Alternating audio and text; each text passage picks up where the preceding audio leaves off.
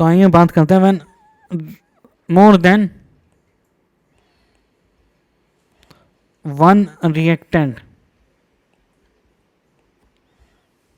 Given हो and info and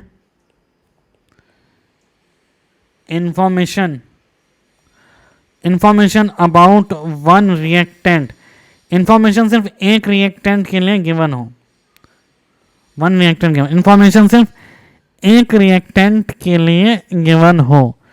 जैसे हम बात करें एसिड प्लस बेस, ये दो रिएक्टेंट है और बनाया सॉल्ट प्लस वाटर, तो इंफॉर्मेशन सिर्फ एक के लिए गिवन हो, ये हमारा केस 2 स्टोइचियोमेट्रिक कैलकुलेशन का। तो जैसे क्वेश्चन की बात करें, कैलकुलेट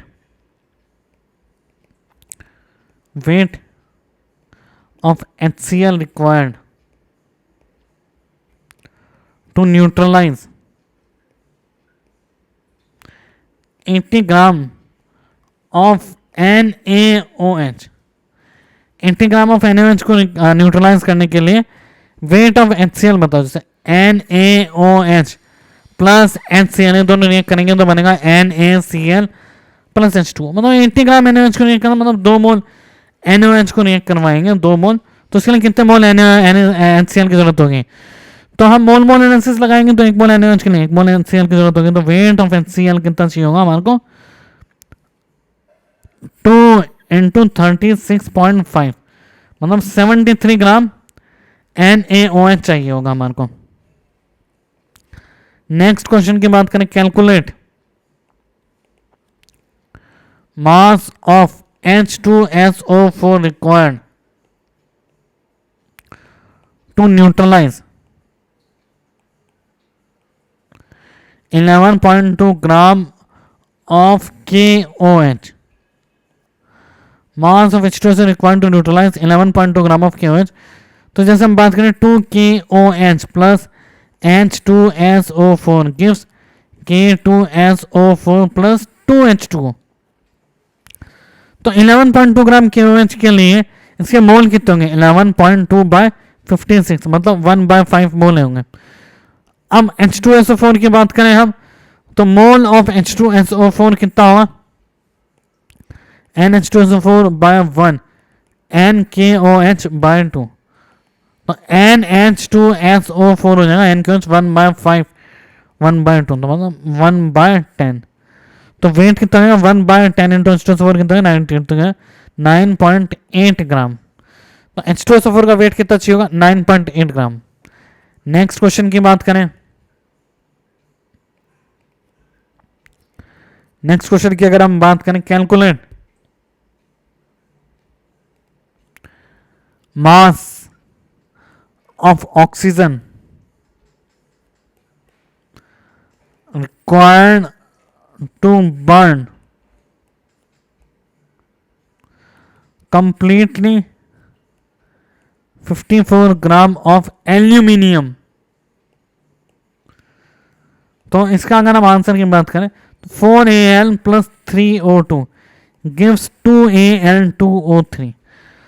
तो ऑक्सीजन 54 ग्राम एल्यूमिनियम को बर्न करना है, तो 54/27 कितना हो जाएगा 2, और mole of oxygen by 3 equals to mole of aluminium by 4।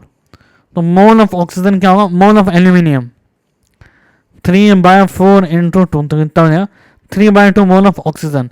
तो वेट ऑफ ऑक्सीजन कितना होगा 3/2 इंटू 32, मतलब 48 ग्राम। ठीक है, तो फिर वेट कितना हो जाएगा इसका ऑक्सीजन का 48 ग्राम। और हमारे को यह भी पूछा हो कि weight of, calculate the weight of Al2O3 produce, कितना Al2 प्रोड्यूस होगा, weight of Al2O3 produced 2/4 into 2, तो मतलब 1 मोल Al2O3 हमारा क्या होगा प्रोड्यूस होगा। एक और क्वेश्चन देखते हैं इस सेकंड वाले पार्ट के ऊपर, calculate mass of oxalic acid which is required to react completely with 31.6 gram of KMnO4। तो पहले हम इक्वेशन हमारे को बनानी पड़ेगी, KMnO4 प्लस H2C2O4 ऑक्सिलिक एसिड है, ये बनाता है MnO plus K2O plus CO2 plus H2। तो KMnO4 5H2C2O4 बनाएगा, 2MnO बनाएगा, K2O बनाएगा, 10CO2 बनाएगा, 5H2O बनेगा। ये एक हमारी बैलेंस्ड केमिकल इक्वेशन है। तो KMnO4 कितना होता है? KMnO4 होता है 31.6, तो 31.6 बाय 158, 1/5 KMnO4 हो जाएगा। H2C2O4 की बात करें तो 1/5 KMnO4 के लिए कितना H2C2O4 रिक्वायर्ड होगा? Let's say n mole required होगा, तो 1/5/1 मोल एनालिसिस लगाएंगे n/5, तो मोल कितना मिलेगा हमारे को? यहाँ KMnO4 2 KMnO4 होगा बैलेंस्ड केमिकल इक्वेशन में, क्योंकि उधर K2 है, तो यहाँ हो जाएगा 2, तो n कितना हो जाएगा? 1/2 मोल्स ऑफ KMnO4, मतलब वेट कितना हो जाएगा?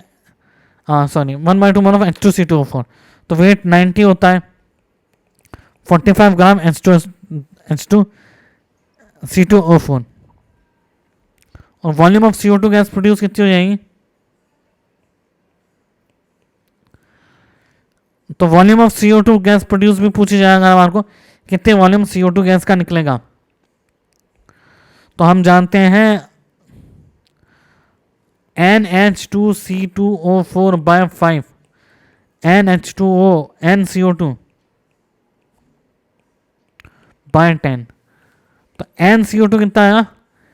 2 इंटू NH2C2O4 मतलब 1 मोल, तो वॉल्यूम कितनी होगी? 22.7 लीटर एट STP। STP पे वॉल्यूम कितनी होगी? 22.7 लीटर। तो ये दूसरा केस था जब हमारे पास मोर देन 1 रिएक्टेंट हो और इन्फॉर्मेशन सिर्फ एक के बारे में गिवन हो। तब हम अगला केस देखने जाने हैं जहां इन्फॉर्मेशन दोनों के बारे में गिवन हो, मतलब एक कम भी हो सकता है, ज़्यादा भी हो सकता है, मतलब लिमिटिंग रिएजेंट की बात करें तो आइए नेक्स्ट वीडियो में लिमिटिंग रिएजेंट का कंसेप्ट चेक करते हैं।